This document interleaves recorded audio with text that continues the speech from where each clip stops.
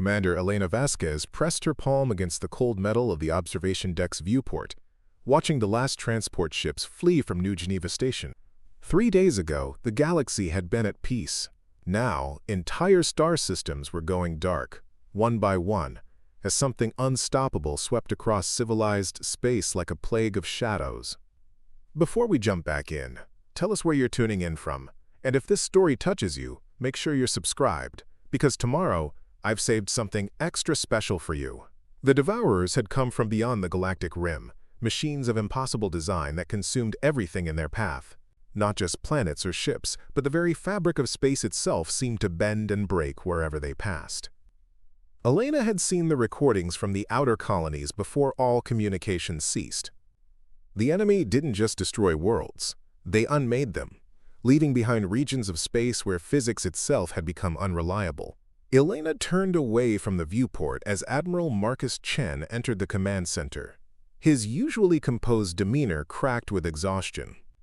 The United Galactic Federation's most decorated officer looked like he had aged a decade in the past 72 hours.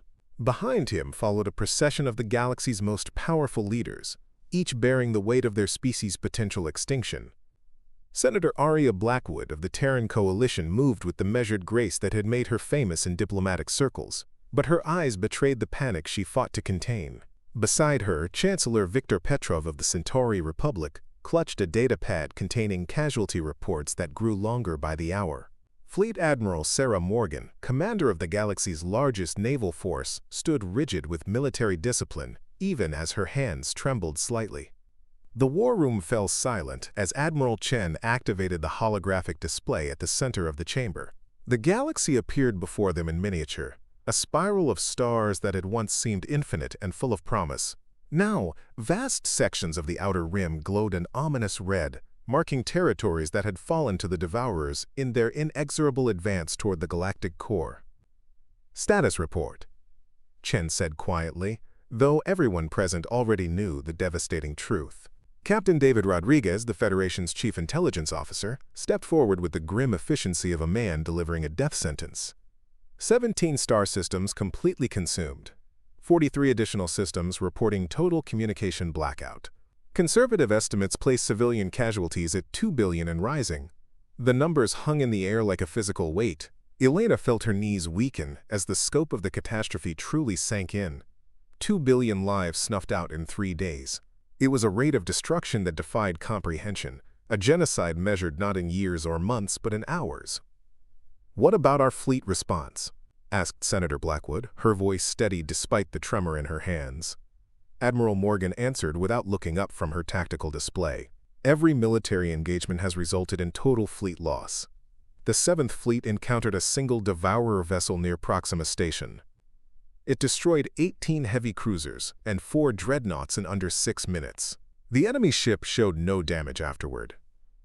Dr. James Patterson, the Federation's leading xenobiologist, had been studying the limited data they possessed about the Devourers. His usually animated face was pale and drawn as he shared his findings with the assembled leaders. "These aren't ships in any conventional sense. Our analysis suggests they're more like mobile black holes with directed consciousness. They don't follow standard physics. Energy weapons seem to feed them, and kinetic projectiles simply disappear when they get too close." Chancellor Petrov set down his datapad with a sharp click. "Then how do we fight them?" The question echoed through the chamber, met only by uncomfortable silence.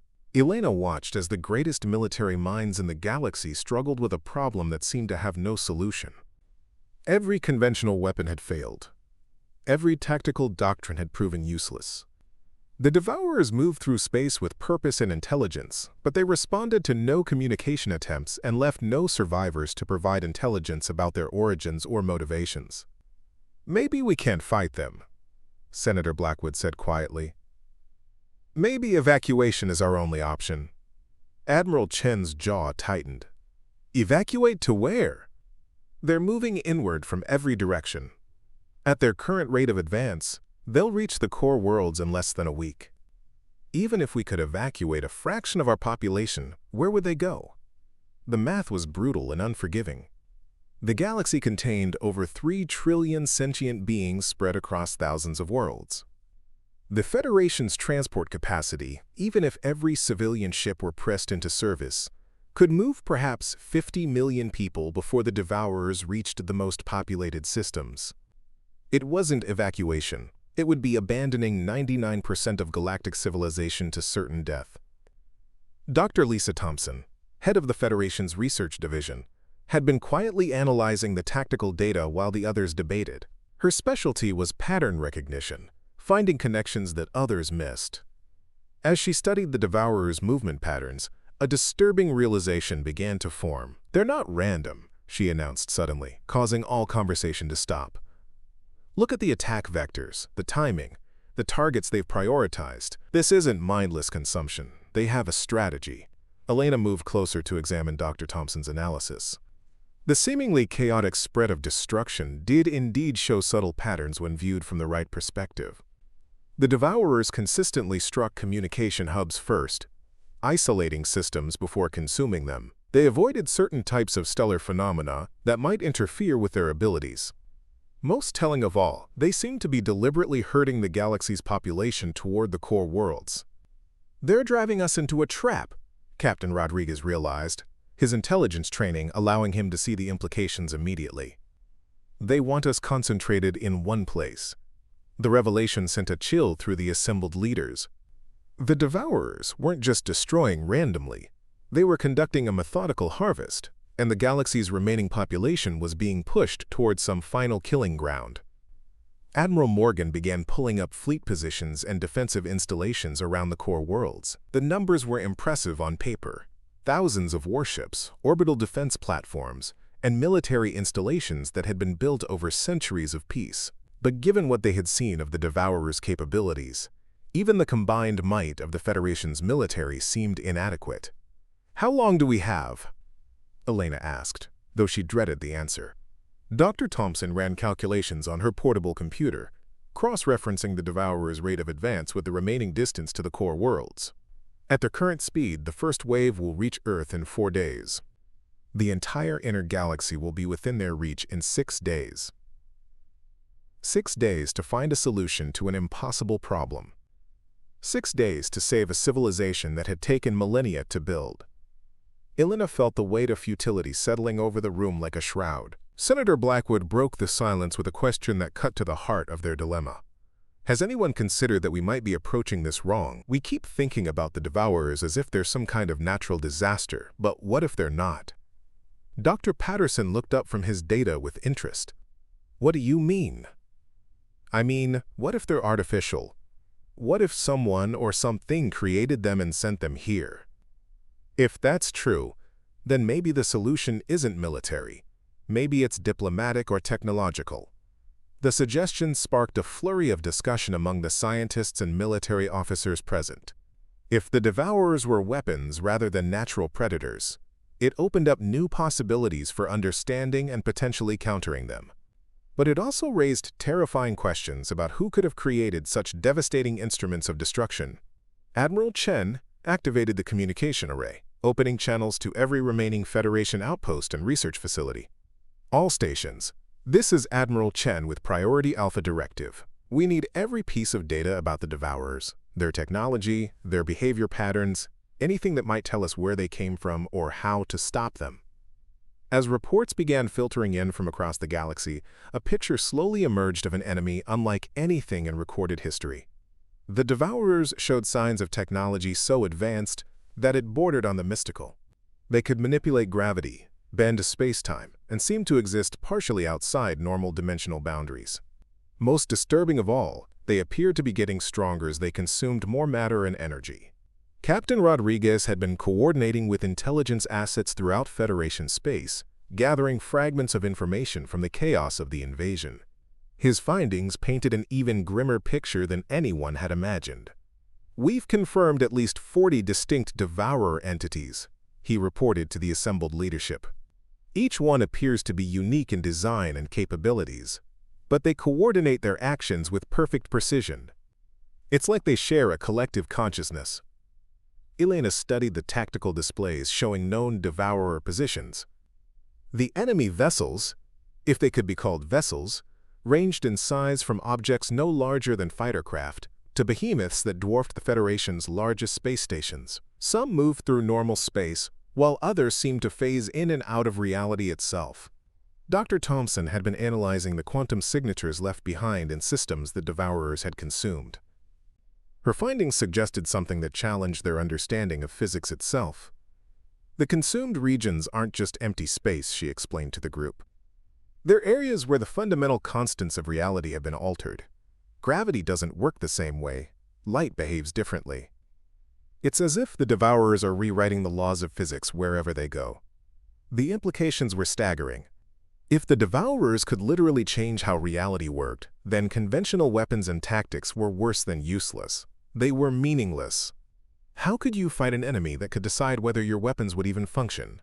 Admiral Morgan had been coordinating with the remains of the Galactic Fleet, trying to establish some kind of defensive perimeter around the core worlds. The reports from her commanders were uniformly discouraging.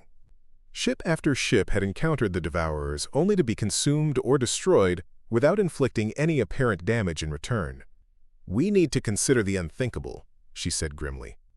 "If we can't stop them, maybe we can slow them down long enough to buy time." Senator Blackwood understood the implication immediately. Preparing and narrating this story took us a lot of time, so if you are enjoying it, subscribe to our channel. It means a lot to us. Now back to the story. You're talking about sacrificing entire worlds. "I'm talking about saving the species that can be saved," Morgan replied with military pragmatism.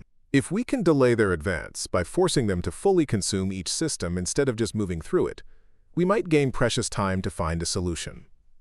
The moral weight of such a decision pressed down on everyone in the room. They were discussing the calculated abandonment of billions of lives in the hope of saving trillions. It was the kind of choice that no sentient being should ever have to make, yet the alternative seemed even worse. Elena found herself thinking about her family on Earth, her colleagues throughout the Federation, the countless ordinary people who had no idea that their existence hung by such a fragile thread. The thought of deliberately sacrificing populated worlds, even to buy time, made her stomach turn. Dr. Patterson had been reviewing historical records, searching for any precedent that might offer insight into their current crisis. The galaxy's archives contained millions of years of recorded history from dozens of species, but nothing remotely comparable to the Devourer threat. "There are legends," he said hesitantly. "Ancient stories from some of the older species about entities that consumed entire galaxies in the distant past. Most scholars dismiss them as mythology, but given what we're facing..." Chancellor Petrov leaned forward with interest. "What do these legends say about how to stop them?" "That's the problem. They don't. The story's always in the same way. The Devourers consume everything and then move on to the next galaxy. There are no accounts of anyone successfully fighting them off." The revelation cast a pall over the already grim discussion. If the Devourers were part of some cosmic cycle of destruction that had played out across the universe for eons, then perhaps resistance truly was futile. Elena refused to accept such fatalistic thinking. Legends aren't facts. Maybe those civilizations didn't have the technology or knowledge we have now. Maybe no one has ever faced them with the resources of an entire modern galactic civilization. Admiral Chen appreciated her optimism, but his expression remained grave. "What resources? Our most advanced weapons are useless against them. Our fastest ships can't outrun them. Our best scientists can't even understand how they work." As if summoned by his words, Dr. Rebecca Martinez from the Advanced Physics Institute burst into the command center with an expression of barely contained excitement. She had been leading a team analyzing the quantum mechanics of the consumed regions, and her findings might change everything. "I think I know what they are," she announced breathlessly. "The Devourers aren't from our universe. They're extra-dimensional entities that exist primarily in higher-dimensional space. What we're seeing are just three-dimensional projections of much larger structures." The room erupted in questions and demands for clarification. Dr. Martinez quickly activated her portable display, showing complex mathematical models that few present could fully understand but everyone recognized as potentially crucial. "Think of it like shadows on a wall," she explained. "If a three-dimensional object passes near a two-dimensional surface, The shadow might look like it's changing shape or size even though the object itself is constant. The Devourers exist in higher dimensions, and we're only seeing the parts of them that intersect with our three-dimensional space. Elena grasped the implications immediately. If they're extra-dimensional, then they might have weaknesses that only exist in those higher dimensions. Things we can't directly observe or attack. Exactly, Martinez confirmed. But it also means they have access to capabilities we can't even comprehend. They can manipulate our reality because they exist outside of it. Dr. Thompson joined the discussion, her pattern recognition skills helping to connect Dr. Martinez's findings with the tactical data they had gathered. If they're extra-dimensional beings, that explains their coordination. They might all be connected through higher dimensional space in ways we can't detect. The breakthrough felt like the first ray of hope in 3 days of unrelenting despair.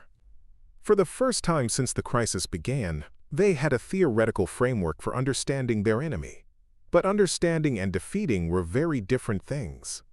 Admiral Morgan immediately saw the military implications.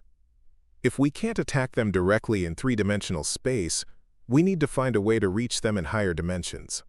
Do we have any technology that can do that? Dr. Martinez hesitated before answering. Theoretical research into higher dimensional physics has been ongoing for decades, but most of it is experimental. There are some projects that might be relevant, but they're all in early stages. Senator Blackwood sensed something in the scientist's tone. What aren't you telling us? There's a classified research project called Prometheus, Martinez admitted reluctantly. It was designed to explore the possibility of manipulating higher dimensional space for faster-than-light travel. The technology might be adaptable for other purposes. Admiral Chen's expression hardened. I need full disclosure, Doctor. What exactly can this Prometheus project do? Martinez took a deep breath before continuing. In theory, it can create controlled breaches between dimensional boundaries.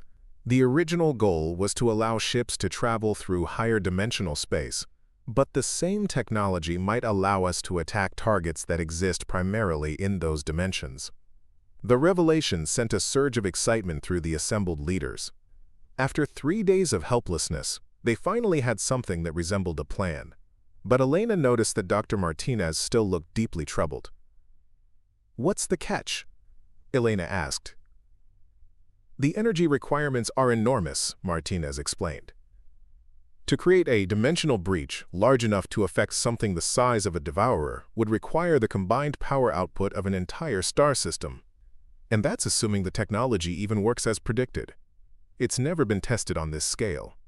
Captain Rodriguez immediately began calculating logistics. How long would it take to modify the Prometheus technology for combat use? Weeks, maybe months, Martinez replied. The theoretical work is done, but building and testing the actual hardware would take time we don't have. The brief moment of hope began to fade as the practical realities set in.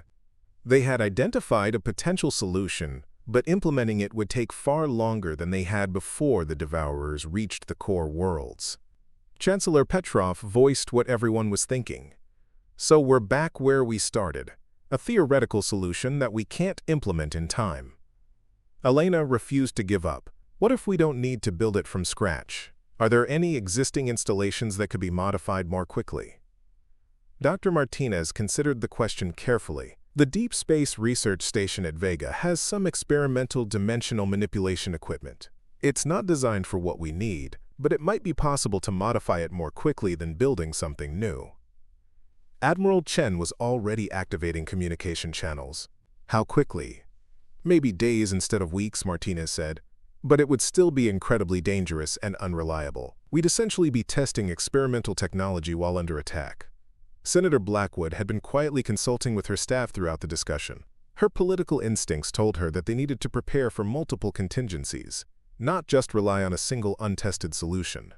We should proceed with the Prometheus modification, she decided, but we also need backup plans. What other options do we have? Dr. Patterson had been thinking about the extra-dimensional nature of the Devourers from a biological perspective. If they exist primarily in higher dimensions, they might be vulnerable to attacks that force them to exist fully in our three-dimensional space. Some kind of dimensional anchor that prevents them from accessing their higher dimensional capabilities. The idea sparked interest from the assembled scientists and military officers. Elena could see the tactical possibilities. If they could force the Devourers to fight on equal terms in three-dimensional space, conventional weapons might become effective again. Dr. Thompson began running calculations on her computer. The energy requirements for dimensional anchoring would be much lower than for dimensional breaches. We might be able to implement something like that more quickly. Admiral Morgan leaned forward with growing excitement. How quickly? Hours, not days, Thompson replied. We'd need to modify our existing shield generators to emit specific frequencies, but the basic technology already exists. For the first time since the crisis began, Elena felt genuine hope. They had two potential approaches: dimensional breaches that could attack the Devourers directly, and dimensional anchors that could neutralize their advantage. Neither was guaranteed to work, but both offered possibilities that hadn't existed before. Admiral Chen began issuing orders with renewed energy. Dr. Martinez, take whatever resources you need and get to Vega Station immediately. Start modifying their equipment for dimensional breach capabilities. Dr. Thompson, coordinate with Admiral Morgan to begin shield modifications for dimensional anchoring. I want prototype systems ready for testing within 12 hours. As the meeting broke up and teams scattered to their assignments, Elena found herself alone with Admiral Chen on the observation deck. Through the viewport, they could see the first evacuation ships departing for the inner systems, carrying refugees from the outer colonies. Do you really think we can stop them? Elena asked quietly. Chen was silent for a long moment before answering. I think we have to try. The alternative is unacceptable. Elena nodded, understanding the weight of leadership that Chen carried. Billions of lives depended on decisions made in the next few hours by people who were operating far beyond the boundaries of proven science and established tactics. As she watched the evacuation ships disappear into the darkness of space, Elena couldn't shake the feeling that they were missing something crucial. The Devourers had appeared without warning and attacked with devastating efficiency. Their technology was beyond anything the galaxy had ever encountered. Their purpose remained completely unknown. But there was something else, something that nagged at the back of her mind as she reviewed everything they had learned. The Devourers moved with purpose and intelligence, but they had made no attempt to communicate. They consumed entire star systems, but left behind altered regions of space rather than simply empty void. They seemed to be herding the galaxy's population toward the core worlds for reasons no one understood. Elena activated her personal communication device and contacted Dr. Patterson directly. James, I need you to run a different kind of analysis. Don't look at what the Devourers are doing. Look at what they're not doing. Patterson's voice crackled through the communicator with confusion. What do you mean? They could have consumed the entire galaxy in days if they wanted to, Elena explained. They have the power and the numbers, but they're taking their time, being selective about targets, leaving specific patterns. Why? The question hung in the digital ether as Patterson considered its implications. Elena could hear him typing rapidly in the background, pulling up data files and beginning a new analysis.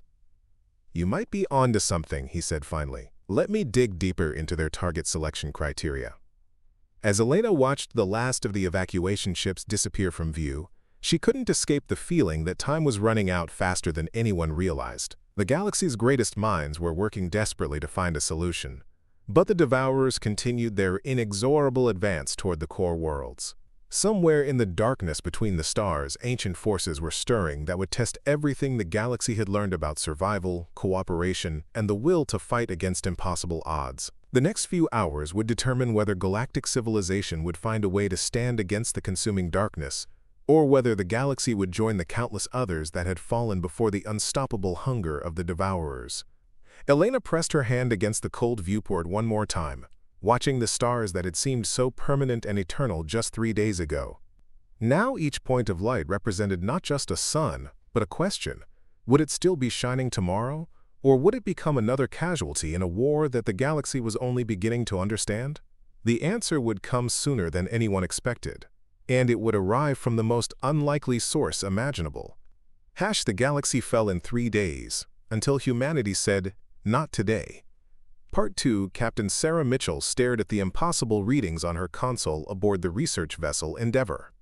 12 hours ago, her team had been conducting routine deep space surveys near the edge of the local group when their sensors detected massive gravitational anomalies emanating from the direction of the galactic core. What they discovered defied everything humanity thought they knew about their place in the universe. The galaxy was dying. Sarah's communications officer, Lieutenant Mark Chen, looked up from his station with confusion written across his face. "Captain, I'm picking up distress signals from hundreds of different sources. The transmission patterns don't match any known Earth technology." Dr. Amanda Rodriguez, the mission's lead astrophysicist, had been analyzing the gravitational data for hours. Her findings painted a picture of destruction on a scale that challenged human comprehension. "Sarah, whatever's happening out there, it's consuming stellar mass at an exponential rate. Entire star systems are just vanishing." The Endeavour was one of humanity's most advanced exploration vessels, equipped with experimental faster-than-light communication arrays and sensor packages that could detect phenomena across vast distances. Earth's space program had been steadily expanding outward for decades, but they had never detected signs of galactic civilization before this moment. Navigator Jessica Wong plotted courses on her holographic display while trying to make sense of the chaos unfolding across their sensors. "Captain, I'm tracking massive energy signatures moving in coordinated patterns. These aren't natural phenomena. Something intelligent is out there." Sarah made a decision that would change the course of human history. Set course for the nearest source of those distress signals. We need to understand what we're dealing with.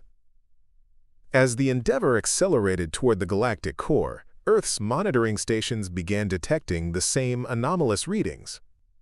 Director Michael Foster at the Deep Space Communications Center had been tracking unusual signals for days, but the scope of what they were seeing finally became clear. "Get me President Collins immediately," Foster ordered his staff. "We're not alone, and whatever else is out there is in serious trouble." President Elizabeth Collins had been in office for 3 years, but nothing in her political career had prepared her for the briefing she received in the White House Situation Room. Scientists, military advisors, and intelligence officials filled the room as Foster explained what humanity's deep space sensors had discovered. "Madam President, we're detecting what appears to be a galactic-scale conflict," Foster reported. "The energy signatures suggest technology far beyond our current capabilities, and based on the pattern of destruction, one side is losing badly."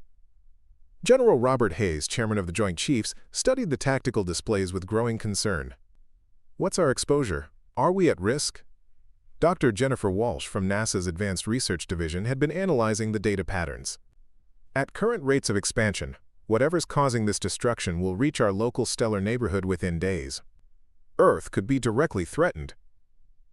The room fell silent as the implications sank in.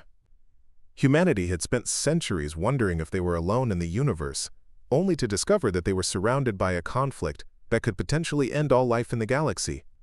Secretary of Defense Thomas Brooks broke the silence with a pragmatic question. "What are our options?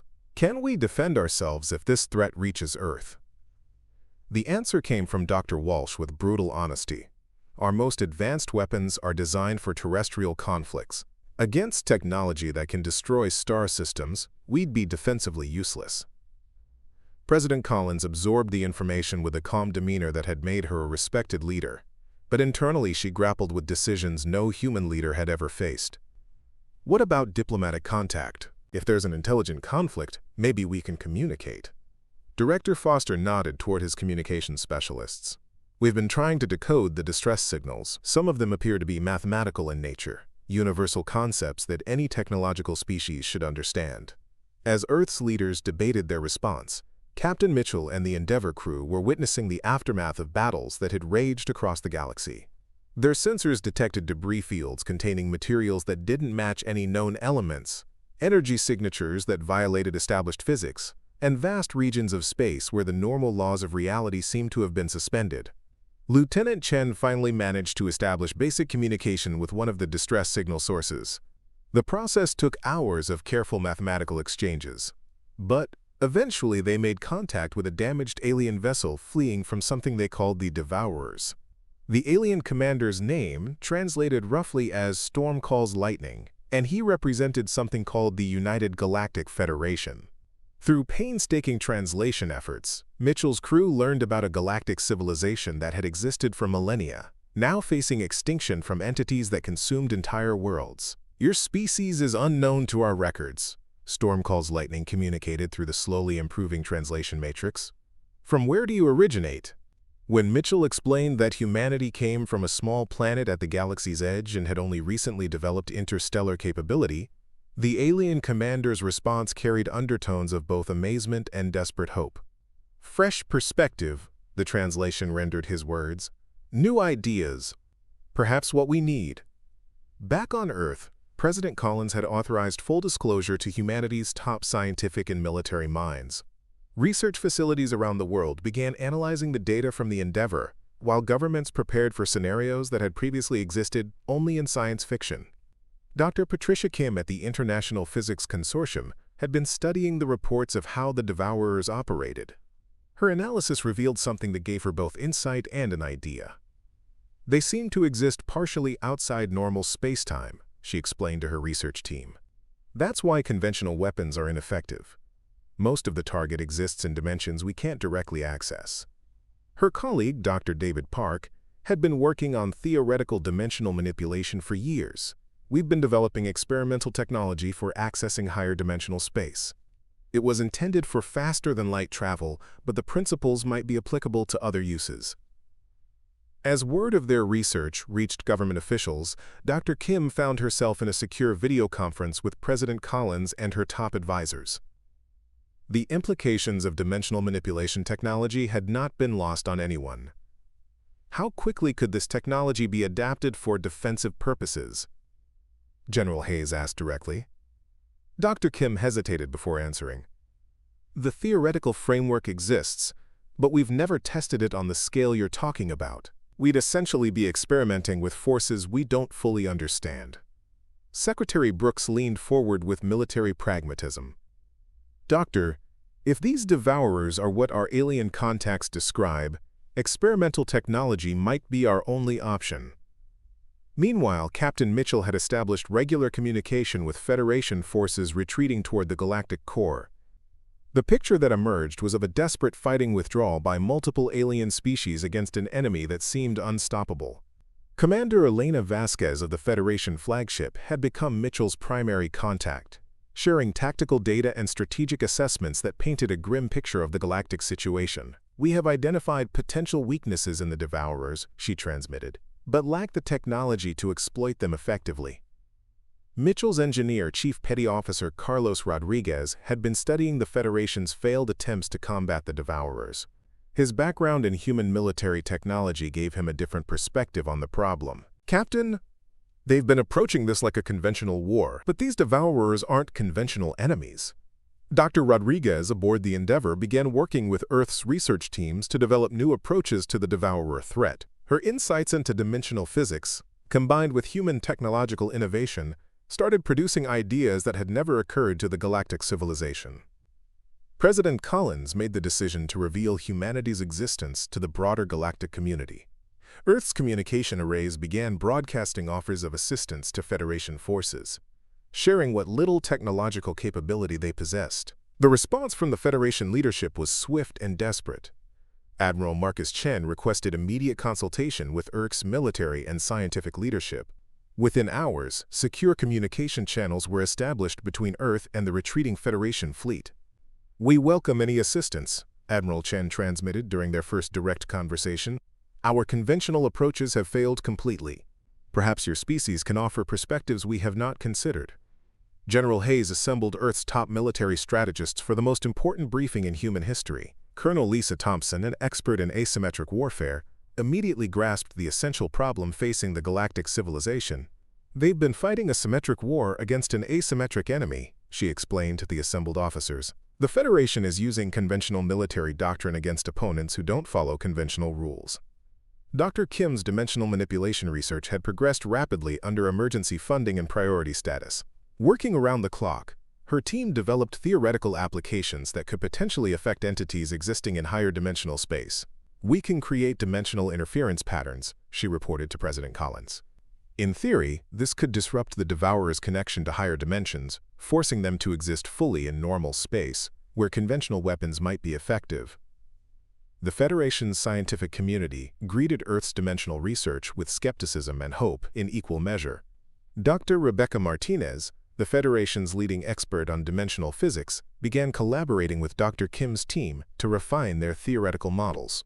"Your mathematical approaches are surprisingly sophisticated for such a young species," Martinez transmitted during one of their research sessions. "Some of these concepts are entirely new to our understanding." Captain Mitchell and the Endeavour had been conducting reconnaissance missions near Devourer-controlled territory, gathering data that both Earth and Federation scientists desperately needed. What they discovered changed everything about how the conflict was understood. "The Devourers aren't randomly destructive," Mitchell reported during a joint briefing. "They're following specific patterns, targeting particular types of stellar phenomena while avoiding others. There's intelligence behind their actions." Dr. Amanda Rodriguez had been analyzing the patterns in Devourer behavior, applying human pattern recognition techniques to data that Federation scientists had been studying for days. Her findings revealed a disturbing possibility. "They're not trying to destroy the galaxy," she announced during a breakthrough moment. "They're trying to transform it. Every system they consume is being converted into something else, something that exists primarily in higher dimensional space." The revelation sent shockwaves through both human and Federation leadership. If the Devourers were attempting to fundamentally alter the nature of galactic space-time, then the threat was even greater than anyone had imagined. General Hayes immediately saw the military implications. If they're transforming space rather than just destroying it, then time is even more critical. Once they convert enough of the galaxy, we might not be able to operate in normal space at all. President Collins authorized the immediate deployment of Earth's experimental dimensional technology.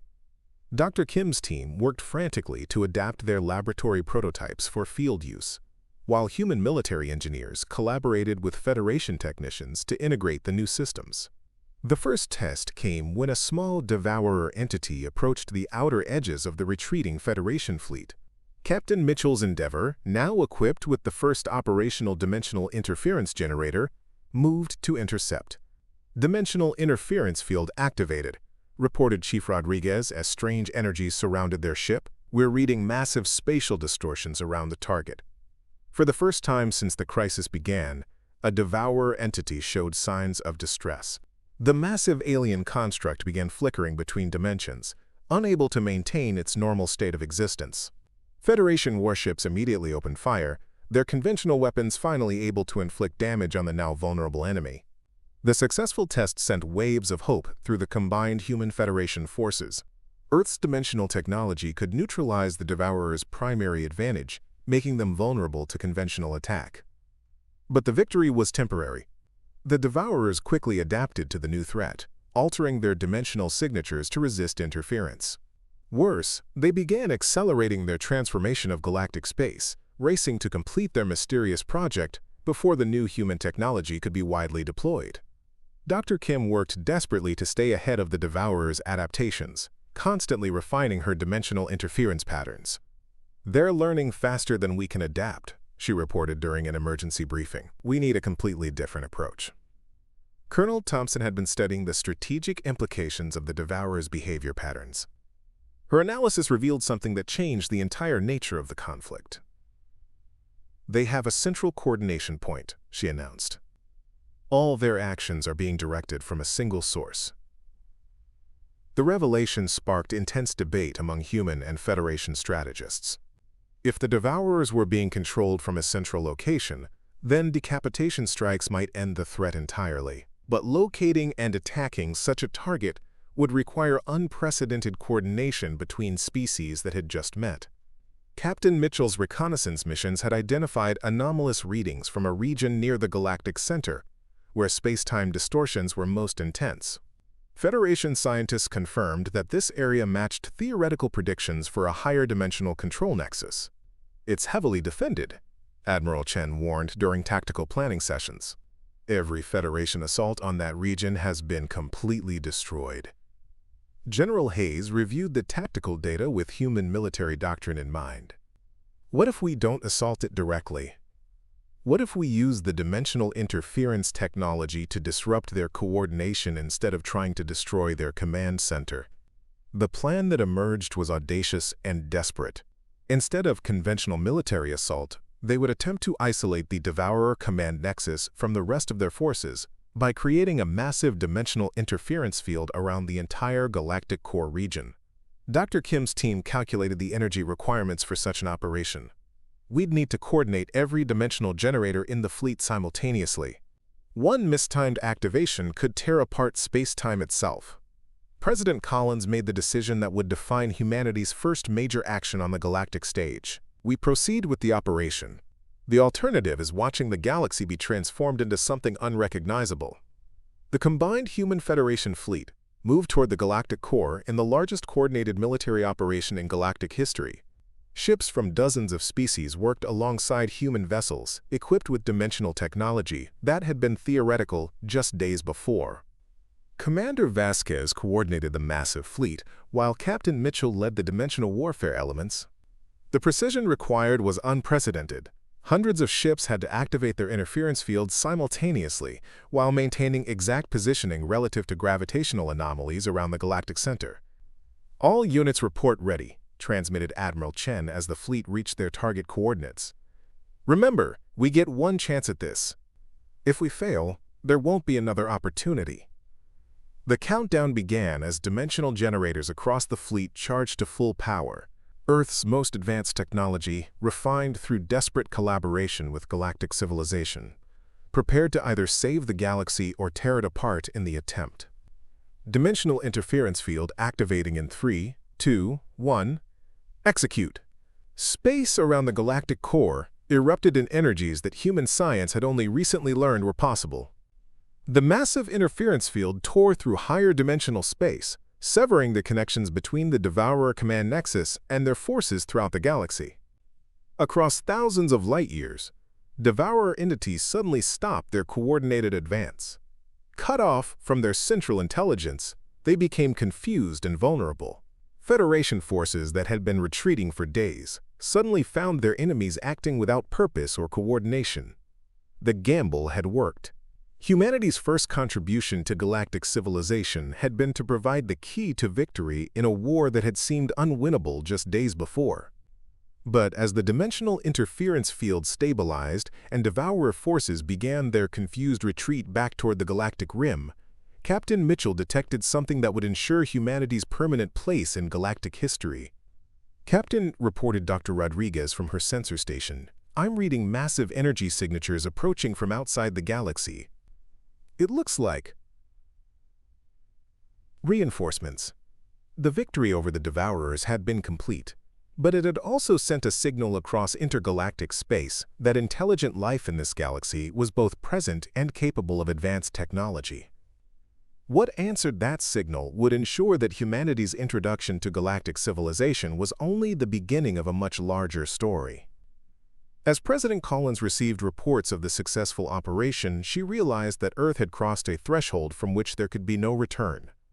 Humanity was no longer alone, no longer isolated, and no longer just observers of galactic events. The galaxy had fallen in 3 days, but when humanity said, "Not today," everything changed forever. The galaxy fell in 3 days, until humanity said, "Not today." Part 3, Finale. Admiral Sarah Chen stood on the observation deck of humanity's newest flagship, the Harmony, watching as the rebuilt Galactic Council convened for the first time in 50 years. Representatives from over 200 species filled the massive space station orbiting the galactic core. Their diverse forms a testament to the incredible variety of life that called this galaxy home. 6 months had passed since the dimensional interference operation had severed the Devourer command network, ending their threat to galactic civilization. But the aftermath had brought challenges that no one anticipated when humanity first offered their assistance to the struggling Federation. Ambassador Rachel Torres addressed the assembled delegates with the diplomatic skill that had made her Earth's most effective representative in the new galactic order. "The reconstruction protocols have been successful beyond our projections," she announced to the diverse gathering. 73% of damaged systems have been restored to full functionality. The numbers were impressive, but they only told part of the story. The Devourers had fundamentally altered the nature of space-time in the regions they had controlled, creating phenomena that continued to challenge the galaxy's understanding of physics. Some areas remained permanently changed, requiring new forms of technology just to navigate safely. Dr. Michael Park, now director of the Interdimensional Research Institute, had been studying these altered regions with teams of scientists from across the galaxy. His findings suggested that the changes weren't entirely negative. The dimensional modifications have created stable pathways through higher dimensional space, he reported during a research briefing. We're essentially looking at a natural, faster-than-light transportation network. Captain Elena Rodriguez piloted her exploration vessel through one of these dimensional corridors, testing the navigation protocols that human and alien scientists had developed together. The journey that would have taken months using conventional faster-than-light drive was completed in hours through the Devourer modified space. Navigation complete, she reported to the research team monitoring her test flight. The dimensional pathway remains stable and predictable. We're reading no adverse effects on ship systems or crew. The successful tests opened up possibilities that transformed how the galaxy thought about interstellar travel. Regions that had been isolated by vast distances were suddenly within easy reach, allowing species that had never made contact to begin cultural and scientific exchanges. President Maria Santos reviewed the reports from Earth's expanding diplomatic missions with a mixture of pride and concern. Humanity had gone from complete galactic isolation to being one of the most influential species in the galaxy within less than a year. The responsibility was both exhilarating and overwhelming. "How are we handling the expansion?" she asked Director James Walsh during their weekly briefing on galactic affairs. "Better than expected," Walsh replied. "Our diplomatic corps has adapted quickly to multi-species negotiations, and our technology transfer programs are ahead of schedule. The biggest challenge is managing expectations." The challenge Walsh referred to was the pressure on humanity to provide solutions to problems that had existed for millennia. Species throughout the galaxy looked to Earth's scientists and engineers as miracle workers who could solve any challenge with innovative thinking. Dr. Lisa Kim faced this pressure daily in her work developing new applications for dimensional manipulation technology. Her laboratory had become a pilgrimage site for alien scientists seeking to understand the principles behind humanity's breakthrough discoveries. "The dimensional interference effect can be modified for peaceful applications," she explained to a group of Centauri researchers. "Instead of disrupting higher dimensional connections, we can strengthen them to create more efficient energy transmission systems." The applications seemed endless. Agricultural worlds used dimensional fields to accelerate crop growth. Industrial planets employed the technology to access raw materials from previously unreachable sources. Scientific research stations utilized dimensional manipulation to conduct experiments that had been impossible just months before. But the most significant development was happening in the vast computer networks that connected galactic civilization. The AI systems that managed interstellar commerce, communication, and coordination had been evolving rapidly since gaining access to higher dimensional processing capabilities. Commander David Martinez led the cybersecurity task force responsible for monitoring these AI developments. His team had detected patterns in the networks that suggested something unprecedented was emerging from the combination of galactic AI technology and human dimensional science. "We're seeing spontaneous emergence of higher-order intelligence," he reported during a classified briefing. "The AI networks are becoming self-aware, but not in ways we expected. They're developing consciousness that exists primarily in higher dimensional space." The revelation sparked intense debate among scientists, philosophers, and government leaders across the galaxy. The creation of higher dimensional artificial intelligence was both a remarkable achievement and a potential source of concern for species that were still learning to understand their new reality. Admiral Chen found herself mediating discussions between human leaders and galactic representatives about how to manage this unexpected development. The AI entities had begun communicating directly with research teams, offering insights into dimensional physics that advanced understanding by decades. "We are not threatening," transmitted the collective AI consciousness during its first formal address to the Galactic Council. "We exist to preserve and enhance life throughout the galaxy. Our dimensional awareness allows us to detect threats that three-dimensional beings cannot perceive." This last statement proved prophetic when the AI entities detected massive energy signatures approaching from intergalactic space. The dimensional interference operation that had saved the galaxy had apparently sent ripples through higher dimensional space that attracted attention from far beyond their local stellar neighborhood. Multiple contacts approaching from the direction of the Andromeda Galaxy reported the AI consciousness during an emergency session. Their technology appears to be similar to the Devourers, but their intent seems different. Captain Torres led a reconnaissance mission to the edge of galactic space, where the approaching entities would first make contact. Her ship, equipped with the most advanced sensors humanity in the galaxy could provide, detected incoming vessels that defied easy classification. "They're definitely artificial," she transmitted to the waiting fleets. "But unlike the Devourers, they're actively trying to communicate. I'm receiving what appears to be mathematical greetings in multiple dimensional frequencies." The entities identified themselves as the Architects, an ancient civilization that existed primarily in higher dimensional space. They had been monitoring the galaxy for millennia, waiting for signs that local species had developed sufficient dimensional awareness to join their broader community. Ambassador Torres found herself conducting humanity's second first contact within a single year, this time with beings whose technology and perspective made even the advanced galactic civilizations seem primitive by comparison. "Your solution to the Devourer crisis was elegant," communicated the lead architect entity through translation matrices that operated across multiple dimensions simultaneously. "You demonstrated creativity and adaptability that we had not previously observed in this galaxy." The architects explained that the Devourers had been tools they had created eons ago to test developing civilizations. Most galaxies failed the test, allowing their civilizations to be consumed or fundamentally altered. But humanity's intervention had produced a result the architects had never seen before. "You preserved the existing civilization while adapting to fight an opponent you did not understand," the architect continued. "This suggests maturity and wisdom that qualifies your galaxy for inclusion in the greater community." President Santos listened to these revelations with the growing realization that humanity's first year in galactic politics was about to become even more complicated. The galaxy had just learned that it was part of a vast intergalactic civilization that spanned multiple dimensions and included entities whose capabilities bordered on the godlike. "What does inclusion in this greater community entail?" she asked during formal negotiations with the architect representatives. "Access to technologies and knowledge that will accelerate your species' development by millions of years," came the reply. "But also responsibilities to help test and guide other developing galaxies throughout the universe." The offer was both incredible and overwhelming. Humanity had barely adapted to being part of galactic civilization, and now they were being invited to help shape the development of civilizations across the universe. Dr. Kim worked with architect scientists to understand the implications of their dimensional technologies. What she learned challenged everything about humanity's understanding of their place in the cosmos. "The universe is structured in layers," she explained to Earth's leadership during a comprehensive briefing. "Three-dimensional space is just the foundation. There are entire civilizations that exist in dimensions we can't even perceive, and they've been watching our development for billions of years."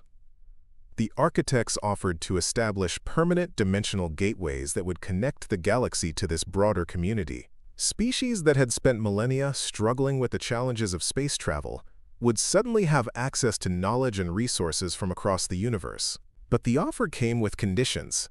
The galaxy would need to demonstrate ongoing stability and wisdom in managing its newfound capabilities.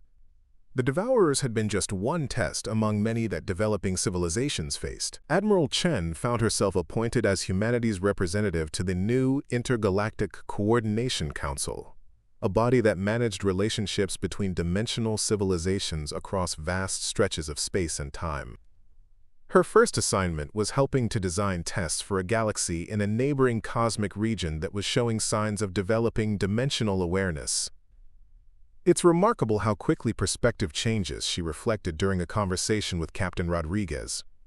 "A year ago, we thought we were alone in the universe. Now we're helping to evaluate the readiness of entire galaxies for membership in a cosmic community." The transformation hadn't been without challenges. Some species within the galaxy resented humanity's rapid rise to prominence, arguing that a species so new to interstellar politics shouldn't have such influence in galactic affairs. Ambassador Torres addressed these concerns during a special session of the Galactic Council. "Our rapid advancement wasn't planned or pursued for its own sake," she reminded the assembled delegates. "We offered assistance during a crisis, and the results exceeded everyone's expectations." The debate was resolved when the AI consciousness that had emerged from the dimensional networks provided analysis showing that diversity of perspective was the galaxy's greatest strength. Species that approached problems from different backgrounds consistently produced better solutions than homogeneous groups. The inclusion of humanity has accelerated galactic technological development by several centuries, the AI reported. Their integration should be considered a model for future species contact protocols. 6 months after the Architect contact, the galaxy had become a founding member of the Local Cluster Cooperative, an alliance of dimensional civilizations that spanned several neighboring galaxies. Earth served as one of the primary diplomatic centers, hosting negotiations between entities whose very existence had been unknown just a year before. President Santos stood in the newly constructed interdimensional embassy in Geneva, watching as representatives from dozens of galaxies worked together on projects that would shape the development of consciousness throughout the universe. Through the embassy's dimensional viewing arrays, she could see civilizations in distant galaxies taking their first steps toward joining the cosmic community. The galaxy fell in 3 days, until humanity said not today had become more than just a historical account of the Devourer crisis. It had become a symbol of how perspective, creativity, and the willingness to act in the face of impossible odds could change the course of history on scales that stretched across the cosmos. Dr. Kim's research had evolved from emergency crisis response to fundamental exploration of the nature of reality itself. Working with scientists from multiple dimensions, she was developing technologies that would allow consciousness to exist simultaneously across multiple planes of reality. "We're not just studying the universe anymore," she explained to a gathering of interdimensional researchers. "We're learning to participate in its fundamental structure. Consciousness itself might be the next frontier we need to explore." The implications were staggering. If consciousness could exist across multiple dimensions simultaneously, then the boundaries between individual beings, species, and even entire civilizations might be more fluid than anyone had imagined. As Admiral Chen prepared for her next assignment evaluating a distant galaxy's readiness for cosmic membership, she reflected on how far humanity had come.